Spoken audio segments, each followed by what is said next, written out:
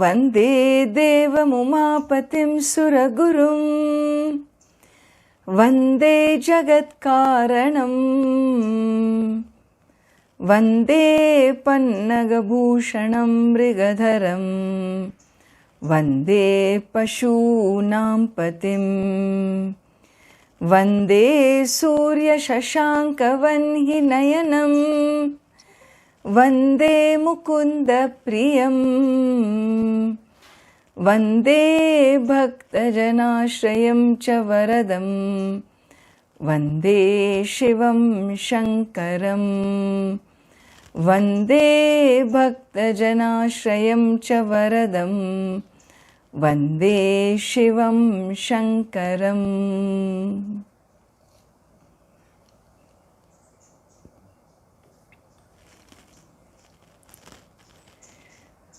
मार्ग बंधु stotram.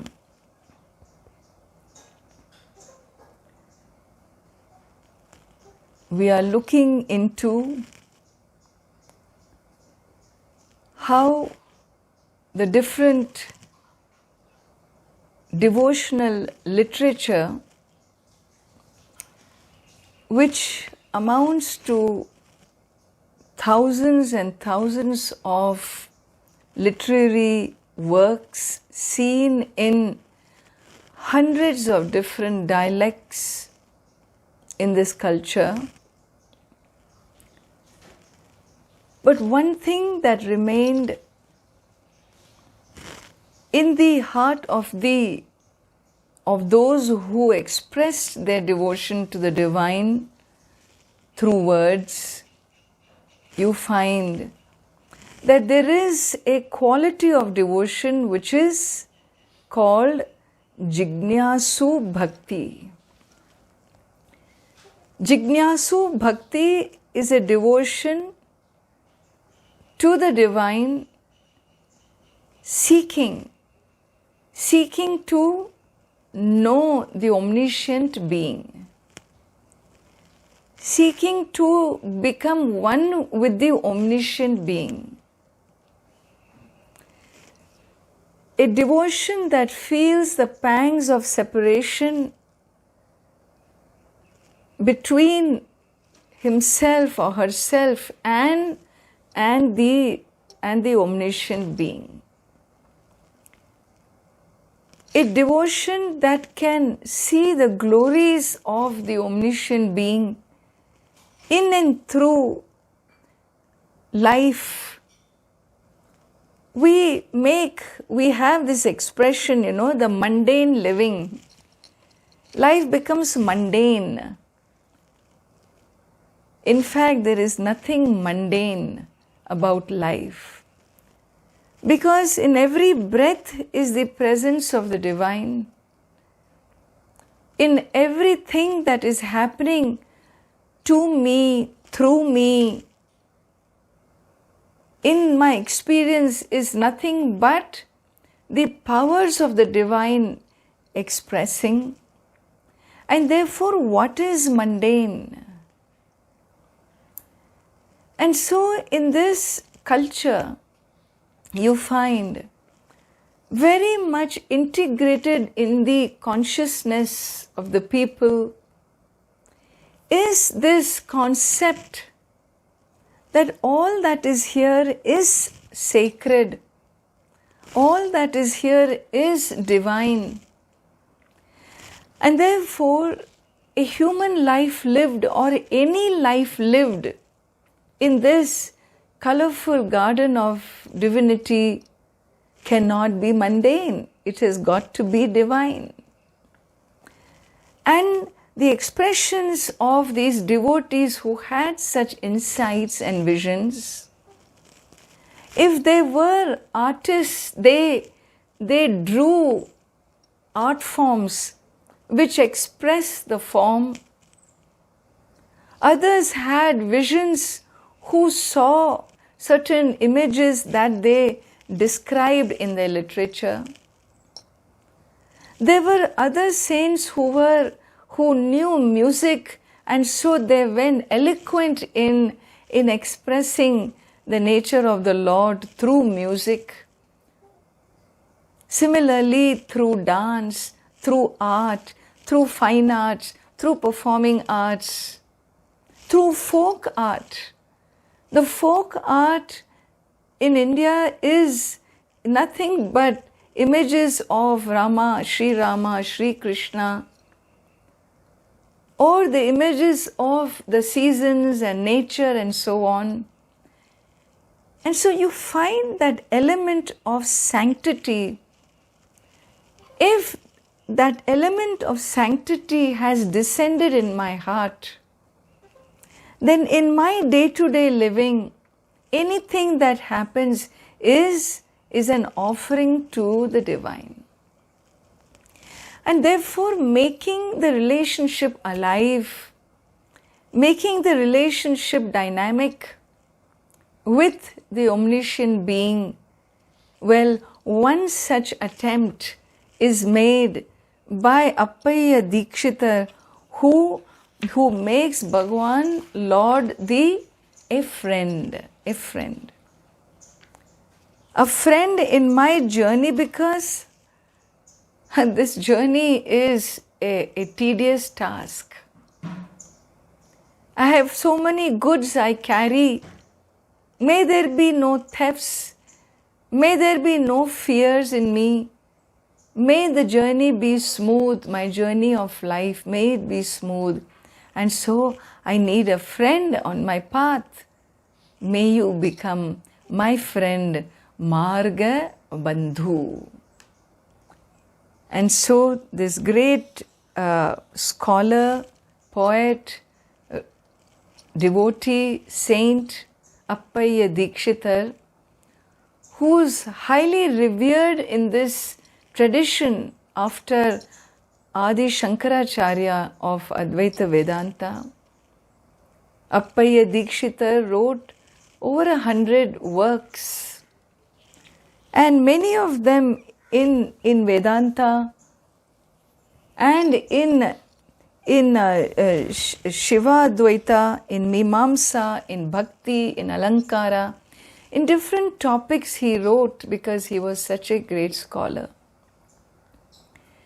And near Vellore in Tamil Nadu, in the South Arcot district, where in the Vijayanagar Empire, the king invites him to come and stay, is this beautiful old temple. He is a saint poet of the 1500s. This temple is way, way older than his times.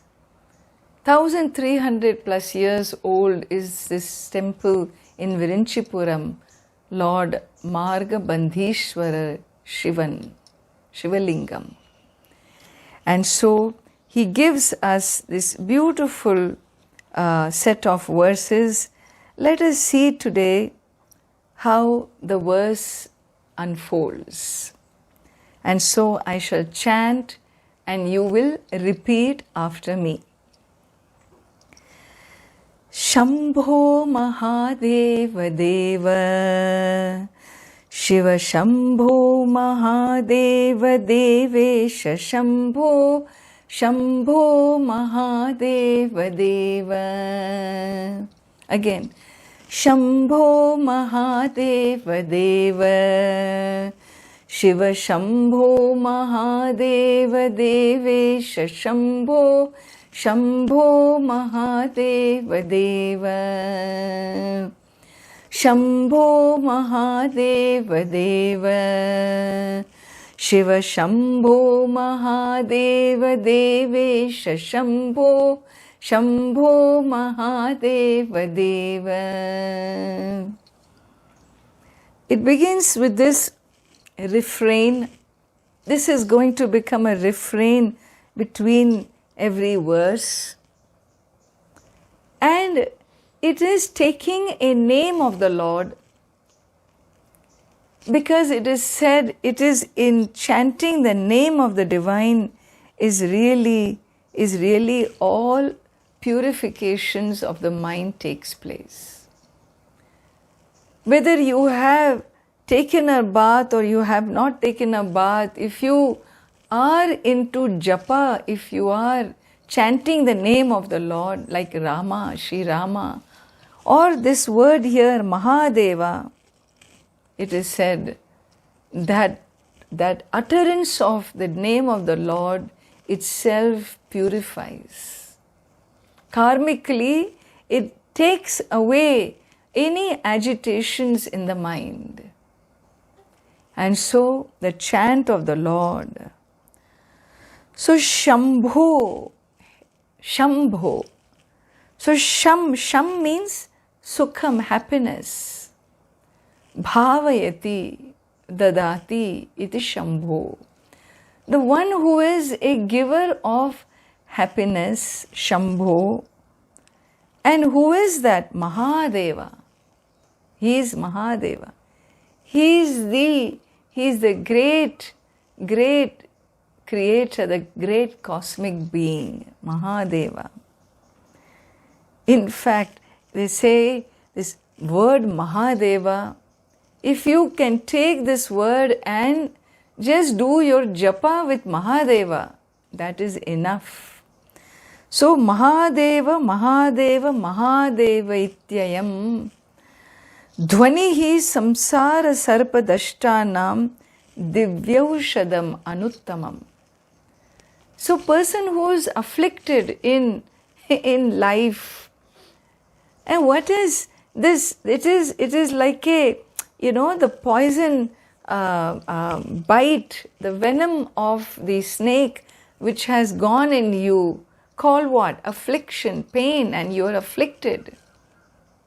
So what is going to be your antidote to this pain, this misery? The antidote is this divine medicine, Divyaushadam, divine medicine called Mahadeva, the utterance of the word Mahadeva. And so, Shambho Mahadeva Deva. So this Mahadeva is the Deva. Deva means that the one which is Divyate, the one which is illuminary, the luminant one, the light, that which is in the form of light. And who is he? He is Shiva. Shiva means Mangala Swarupaha.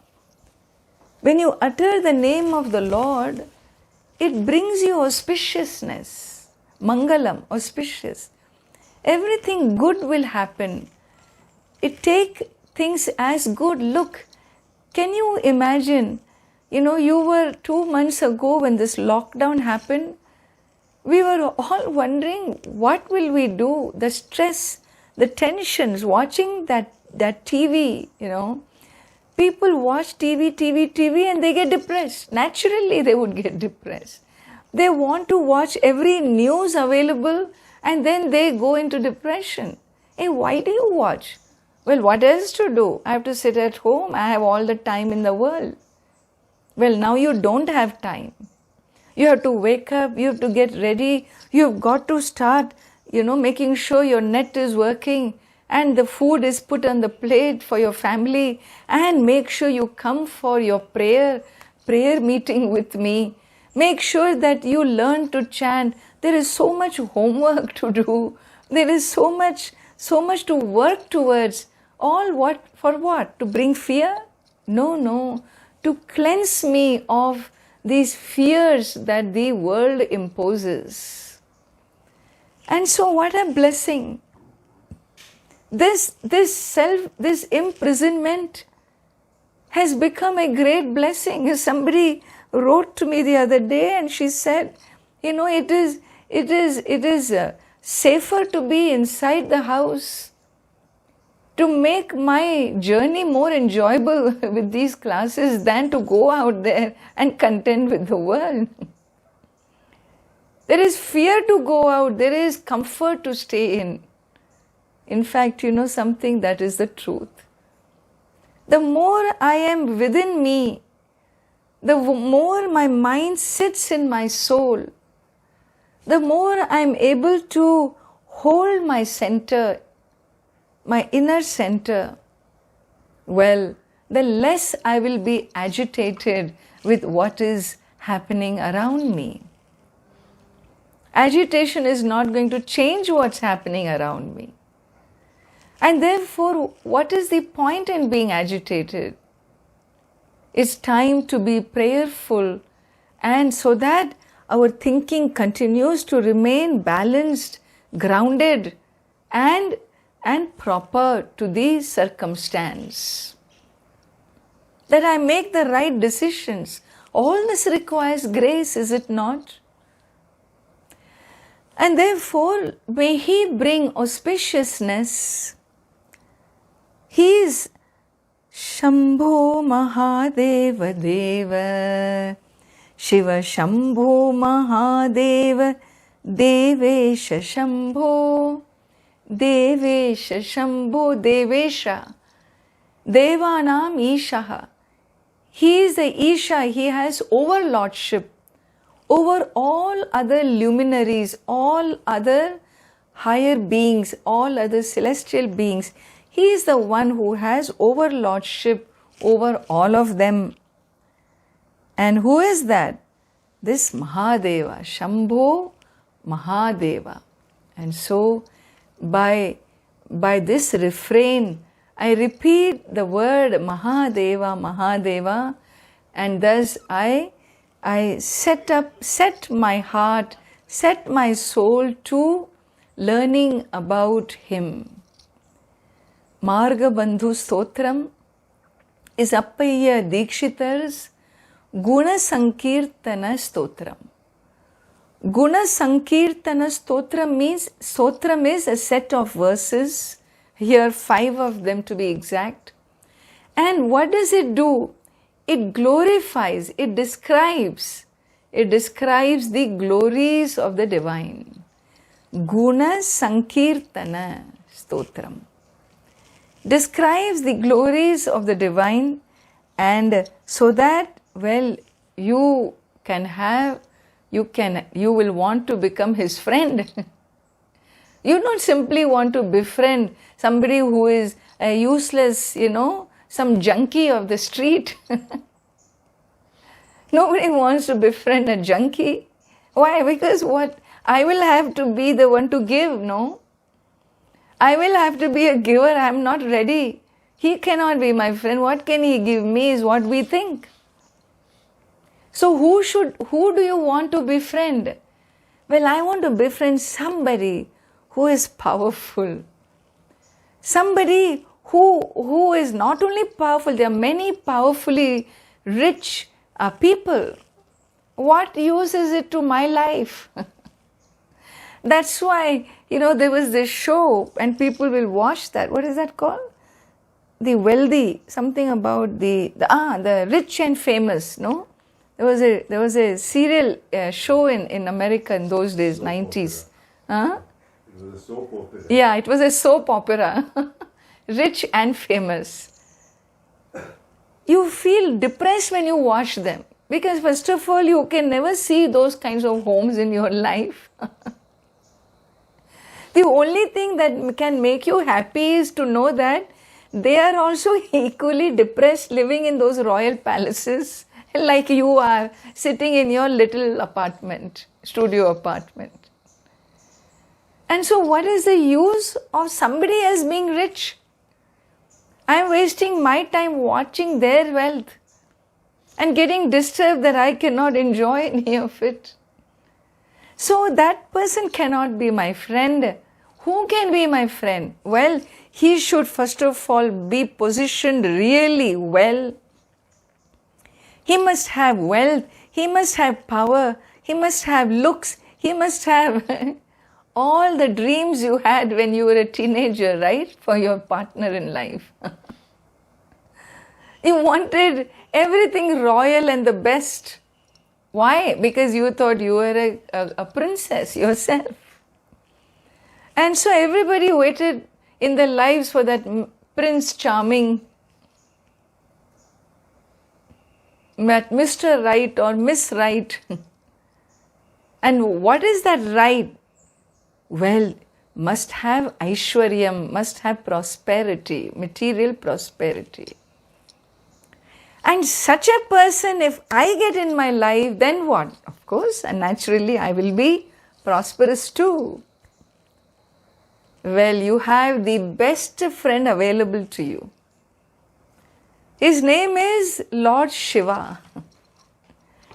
He is the creator of this universe. He is the one who dictates about life. Who is born, who is gone, who lives for how long.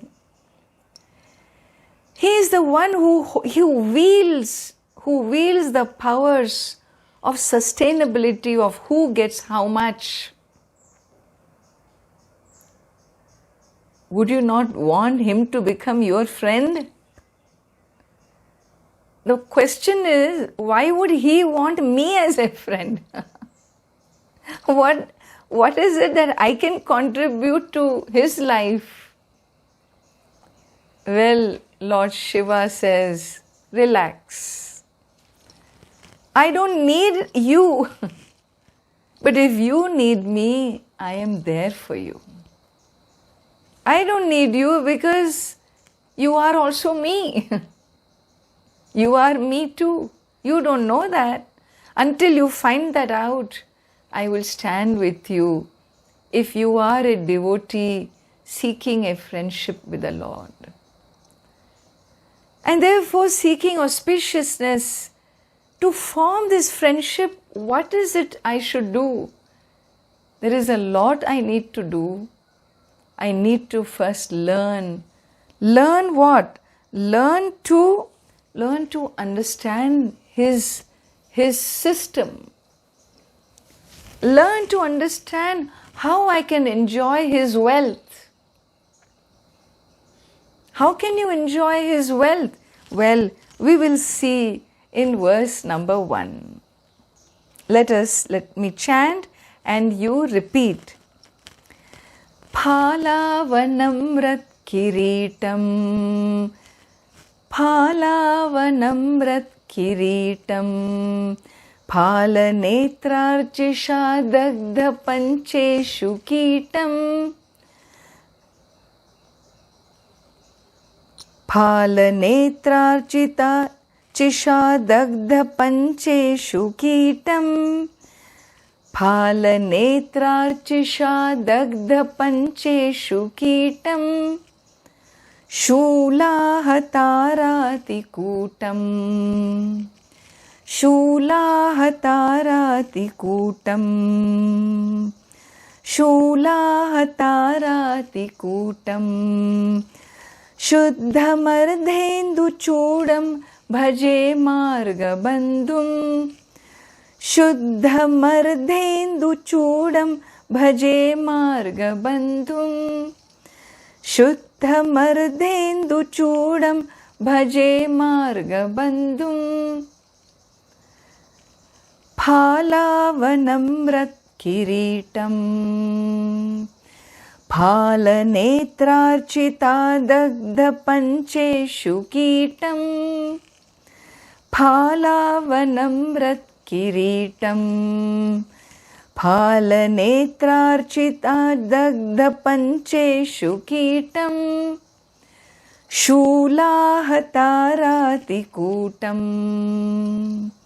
Shuddhamardhendu chudam bhaje marga bandhum, Shulahatarati kutam, Shuddhamardhendu chudam bhaje marga bandhum, Phalavanamrat kiritam, Phalanetrarchisha dagdha pancheshu kitam, Shulahatarati kutam, Shuddhamardhendu chudam bhaje marga bandhum, Phalavanamrat kiritam, Phalanetrarchisha dagdha pancheshu kitam, Shulahatarati kutam, Shuddhamardhendu chudam